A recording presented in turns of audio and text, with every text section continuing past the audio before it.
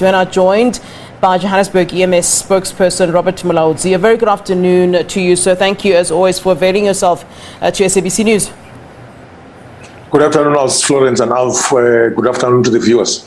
Well, usually, of course, you work in emergency services. Whenever there's heavy rains, there will always be some sort of emergency and assistance required. Can you talk to us about some of the damage or perhaps places where you have indeed been called out to assist and what nature has that assistance been of?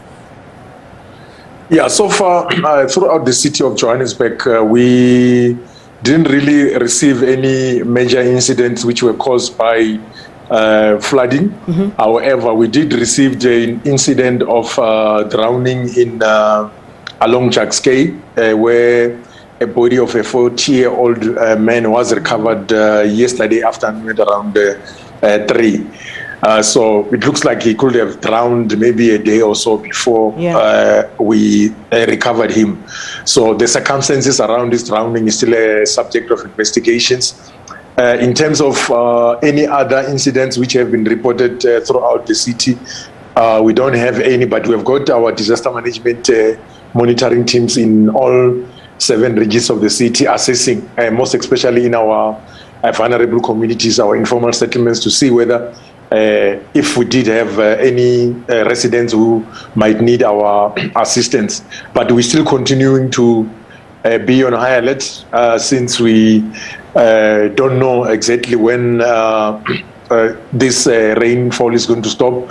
So we're still going to be remain on high alert overnight. We're still encouraging all our motorists to make sure that they avoid crossing areas which might have been flooded, and of course to extend the safe following distance as and when they drive to various destinations. Mr. Mulaudzi, the last time you and I had a conversation, I think we spoke quite a bit about Jackskay, and you referred to it yet again. Now, we know that it runs through Alexandra Township, and when the swelling of that river happens, there's always some sort of concerns, and we always hear sad news after that. Now that you've discovered there's been a death, and we don't know, as you say, whether it's linked to the current weather conditions.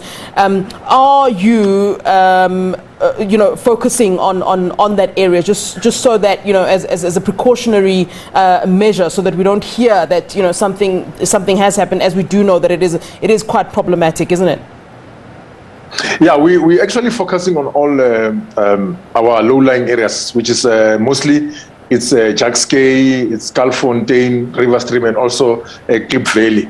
So because we have got residents who are residing right along these river streams. So those are the areas which we are monitoring to make sure that if there is any need for our assistance, we can be able to respond as quickly as possible. And of course, over and above that, it's extremely cold in most parts of the city. Our residents might also be tempted to use all sorts of heating devices to try and warm themselves. So we urging them to make sure that they look after them. These heating devices can be paraffin stoves, heaters, candles, to make sure that we can be able to prevent further incidents which might occur due to this heavy rainfalls which is still continue to have.